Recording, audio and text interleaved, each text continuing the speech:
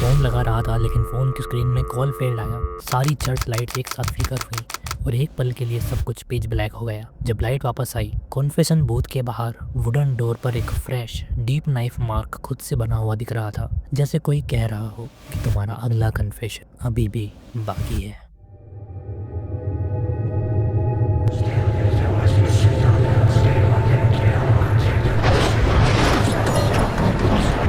So yo dark bazaar family, welcome back to another episode of horror story telling.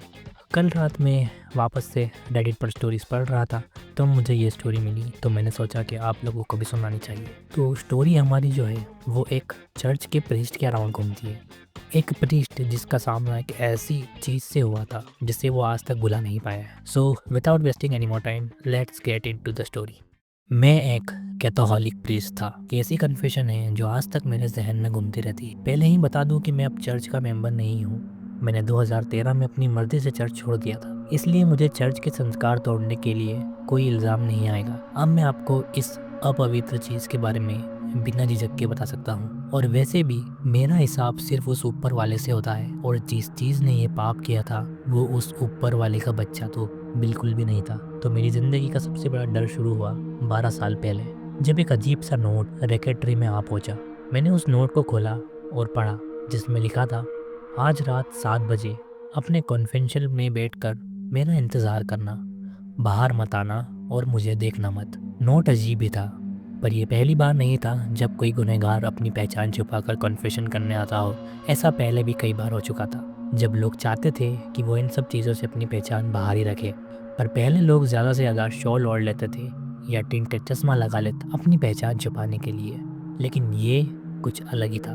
मैंने सोचा है शायद इस पर शर्म का बोझ इतना ज़्यादा होगा कि सामने आना मुश्किल है। मैंने कोई आपत्ति नहीं जताई क्योंकि मुझे अपना काम करना था, जो मैं हमेशा से करता आ रहा हूँ। आखिर मुझे लगता था कि मैंने सभी गुनाह सुन लिए हैं, धोखाधड़ी, टॉर्चर और मर्डर एंड ऑल, लेकिन जो भी आया था उन सभी ने अपनी सज़ा काट ली थी उस चीज़ के लिए, और मैंने उन्हें माफ़ भी कर दिया था। मैंने सबसे बड़े गुनहगारों को भी माफ़ी दी है, पर उस आदमी को नहीं। 7 बजे मैं अपने कन्वेंशन बूथ में बैठा, एक पुराना टूटा हुआ लकड़ी का केबिन जिसका डिवाइडर भी आधा सड़ चुका था। ना प्राइवेसी, ना ही प्रीस्ट और पेशेंट के बीच कोई फ़र्क या भेदभाव। गांव के चुनिंदा इरिस लोगों की कम्युनिटी के चंदे से बस लाइट चल रही थी, पर चर्च धीरे धीरे बर्बादी की तरफ जा रहा था। पर फिर भी बूथ के दरवाजों पर लाल पर्दे लगे हुए थे, जिससे थोड़ा अच्छा महसूस किया जा सकता था। जब मैं उस नोट भेजने वाले का इंतजार कर रहा था, मैं सोच रहा था कि वो कब आएगा, लेकिन थोड़ी ही देर में मैंने उसके कदमों की आहट सुनी। वो आ गया था। मुझे लगा शायद ये लाल पर्दे उसे राहत देंगे, क्योंकि मैं उसकी तरफ देख नहीं पा रहा था। कन्वेंशन में ही रहना, बाहर मत आना, मुझे देखना मत, मैं उसकी कई बातों का पूरा ध्यान रख रहा था और उतना सवाल भी नहीं कर रहा था जितना करना चाहिए था। वो पर्दे हटाकर अंदर आया, पर मैंने आंखें नीचे ही रखी क्योंकि मुझे उसके लेटर्स की वो बातें याद थी। बस मैंने ज़मीन पर एक धुंधली सी परछाई देखी, चर्च की हल्की रोशनी में उसकी जो शैडो बनी थी। फिर उसने लाल पर्दा पीछे से बंद कर दिया। अंधेरा बहुत ज़्यादा बढ़ गया और अंदर जल रही मोमबत्ती वैसे भी कुछ खास रोशनी नहीं कर रही थी, और बाहर भी पूरी तरह रात हो चुकी थी। Good evening father. उसने कहा, गुड इवनिंग मेरे बच्चे। मैंने जवाब दिया, आप कहीं और देख रहे हो है ना, आपकी नज़र मुझ पर नहीं है। हाँ मेरे बच्चे, बताओ आज तुम यहाँ किस वजह से आए हो।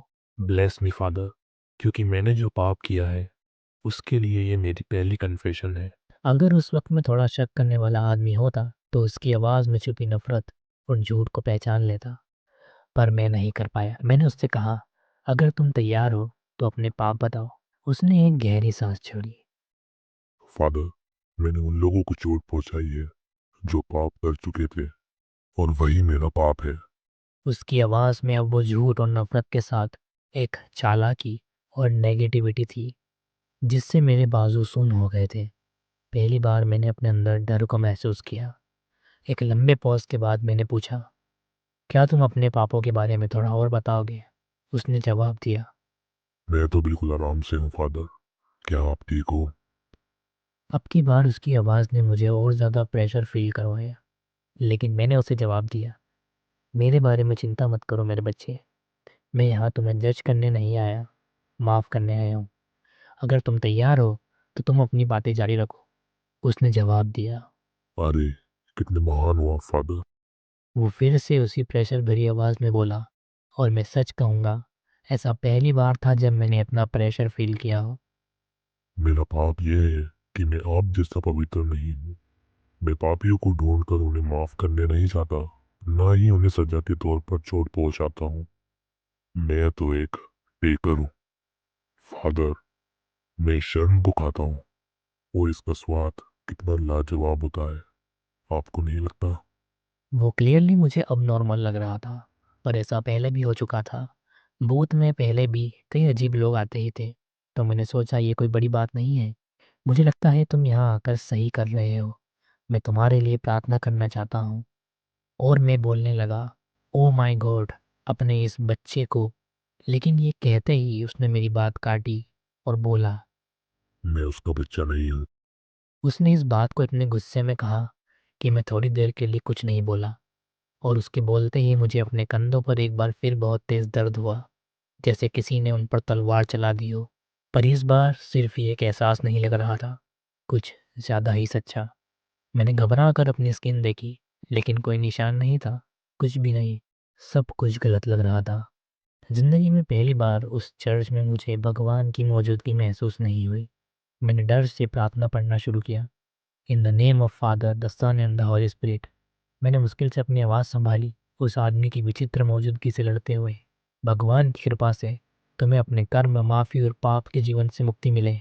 पर इस पर जवाब देते हुए उसने कहा, पर मुझे माफी नहीं चाहिए फादर। मैं तो बस मजा लेने आया हूँ, समझे? और सबसे ज्यादा मजा मुझे पापियों को दर्द देने में आता है, तुम जैसे पापियों को। वही इनविजिबल तलवार फिर से मेरे अंदर घुस गई, और मैंने डर के मारे दोबारा देखा। वो हल्की सी घबराहट अब एक ऐसे खौफ में बदल चुकी थी जैसा मैंने आज तक कभी महसूस नहीं किया। ऐसा खौफ कि मैंने अपने मुंह से एक शब्द भी नहीं निकाला। वो तलवार कोई वहम नहीं था। मेरे कपड़ों के स्लीव्स अंदर से लाल होती जा रही थी, खून से। मैंने उन्हें ऊपर किया। मैंने दोनों कंधों पर बड़े बड़े कटने के निशान थे, जो देखकर कोई बता सकता था कि मेरे हाथों पर एक तेज़ हथियार से हमला किया गया था, और अभी भी उस अजीब अदृश्य हथियार से कट रहा था। मैं जिंदगी भर सिर्फ भगवान के चमत्कारों पर विश्वास करता था, पर ये तो श्राप था। एक ऐसा श्राप जो कभी ख़त्म नहीं होगा, ऐसा लग रहा था। वो आदमी जोर से हंस पड़ा। ओह, माफ करना। मैं उसे अपनी हड्डियों तक महसूस कर रहा हूँ फादर। कमाल है, भगवान का शुक्र है। तो बताओ फादर, आपने कभी अपने पाप स्वीकार किए हैं? उसका ये सवाल भी उस चाकू जैसा ही चुभा, पर मैंने उसे नज़रअंदाज कर दिया। खून बहते बाजू पकड़ते हुए जब नई जख्म बनते जा रहे थे, मैं घुटनों पर गिर गया और एक पल के लिए सोचा कि सर उठाकर दीवार के उस तरफ वाले हिस्से की तरफ देखूं। सोचा कि उसे देखूं, लेकिन उसने जवाब दिया। अगर मैं आपकी जगह होता तो ये काम नहीं करता फादर। उसने चेतावनी दी, जैसे उसने मेरी सोच तक की खबर हो कि मैंने क्या सोचा है। तुम हो क्या शैतान? मैंने उससे कहा। यहाँ कोई शैतान नहीं है फादर, ना ही कोई भगवान है। कोई नहीं जो तुम्हें माफ करे। मैंने कहा था ना, ये मेरा काम ही नहीं है।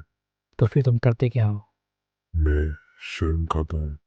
वो जोर से चिल्लाया। आप अपने पाप बताओ, वरना मैं तुम्हारे लिए सब कुछ और ज्यादा डरावना बना दूंगा।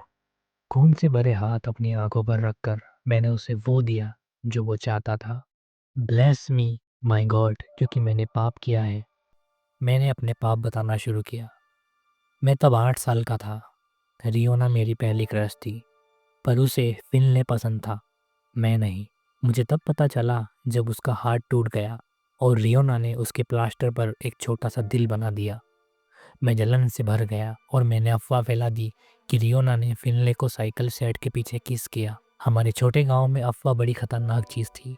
लोगों ने उसके परिवार को इतना सताया कि उन्हें गांव छोड़कर जाना पड़ा। लोग उससे बहुत गंदी गंदी बातें करने लगे। मेरे सामने बैठे उस आदमी ने कहा। कि फिर उसके पिता ने कहा, फिनले वो कमीना था, है ना?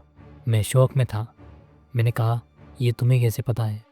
क्योंकि मेरे सामने बैठा शख्स मेरा कोई पुराना क्लासमेट नहीं था। ये बात तो मुझे अपने बाजू पर बनते जख्म देखकर ही समझ आ गई थी। मैं फुसफुसाया, तुम हो कौन? जिस पर उसने जवाब दिया। ये सवाल दोबारा पूछा ना फादर तो मैं लाल पर्दा हटाकर तुम्हें दिखा दूंगा, पर तुम्हें वो बिल्कुल पसंद नहीं आएगा। मेरा भरोसा करो, ये तुम्हारी भलाई के लिए ही है। कहानी पूरी करो। मैं रो पड़ा। मैं हमेशा कॉर्न और सीन को दोष देता आ रहा हूँ जो उसके बाद हुआ था। वो कहते थे कि फिनले को सबक सिखाना चाहिए तुम्हारी लड़की छीनने के लिए, जबकि वो मेरी कभी थी ही नहीं।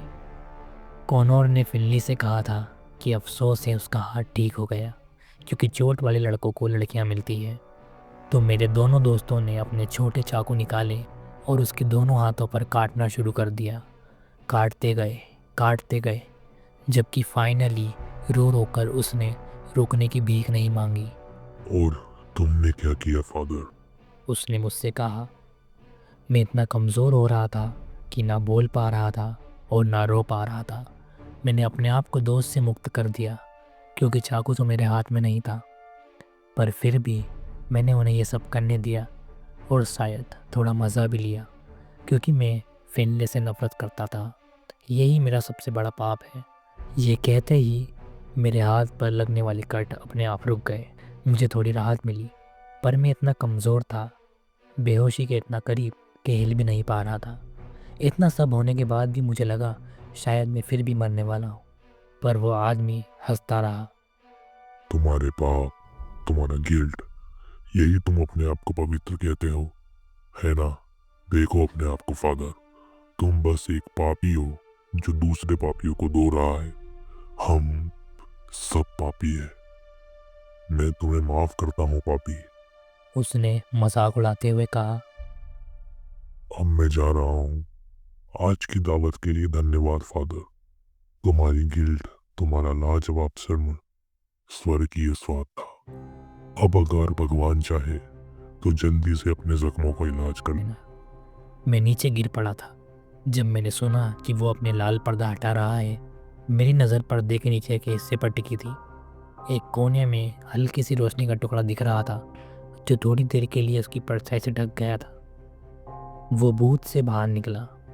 एक पल के लिए फिर से देखने का मन हुआ, पर उसने कहा, नहीं, अलविदा फादर। चर्च के बाहर का बड़ा घंटा अचानक खुद ब खुद बज उठा, बिल्कुल ऐसे जैसे किसी ने ज़ोर से उस पर धक्का दिया हो। मेरी सांस एक पल के लिए रुक गई। कन्फेशियल के अंदर शांति थी, लेकिन वो ठंडी मेटेलिक स्मेल हवा में धीरे धीरे फैल रही थी। मैं कांपती हुई उंगलियों से अपना फ़ोन निकालने लगा एम्बुलेंस को कॉल करने के लिए। स्क्रीन ब्लर हो रही थी, लेकिन जैसे ही मैंने कॉल प्रेस किया, चर्च के पीछे वाले लंबे कॉरिडोर में फुटस्टेप्स गूंज उठे और उनमें एक अजीब सी रिदम थी। इंसान जैसी नहीं। वो चलता रहा, 1 2 3, पर फिर वो रुक गए।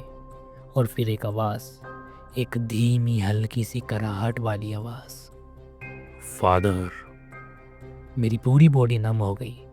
वो आवाज़ उस शैतानी आदमी की नहीं थी। वो आवाज़ फिनले की थी। वही लड़का जिसके बारे में मैंने बताया, जिसकी ज़िंदगी मेरी वजह से ख़राब हुई, जिसका दर्द मेरी वजह से शुरू हुआ था। फ़ोन की स्क्रीन में कॉल फेल्ड आया। सारी चर्च लाइट्स एक साथ फ्लिकर हुई और एक पल के लिए सब कुछ पिच ब्लैक हो गया। जब लाइट्स वापस आई, कॉन्फेशन बूथ के बाहर वुडन डोर पर एक फ्रेश डीप नाइफ मार्क खुद से बना हुआ दिख रहा था, जैसे कोई कह रहा हो, तुम्हारा अगला कन्फेशन अभी भी बाकी है। फुटस्टेप्स धीरे धीरे अंधेरे में गायब हो गए और मैं अपने ही खून के बीच पड़ा हुआ बस एक चीज़ समझ पाया कि ये अंत नहीं है, ये बस शुरुआत है। हम दोबारा मिलेंगे। वो दूर चला गया। सब कुछ ठीक लगने लगा। मैंने मुश्किल से वापस फ़ोन लगाया एम्बुलेंस बुलाने के लिए, पर उसके जाने के पहले एक आखिरी शब्द बाकी था। एक आखिरी शब्द जो उसने कहा, जब तक हम दोबारा न मिले फादर। हाँ, पसंद आई ना? अगर तुमने यहाँ तक देखी है, मतलब तुम्हें स्टोरी बिल्कुल पसंद आई है, तो देखो, अब झूठ तो बोलने से कोई मतलब है नहीं। वीडियो को लाइक करो और चैनल को सब्सक्राइब करो, है ना? इंटरेस्टिंग स्टोरी थी ना, तो कर देना यार, बहुत मेहनत लगती है। एंड जल्दी से जल्दी मुझे अपना चैनल मोनेटाइज करना है तो प्लीज़ कर दो।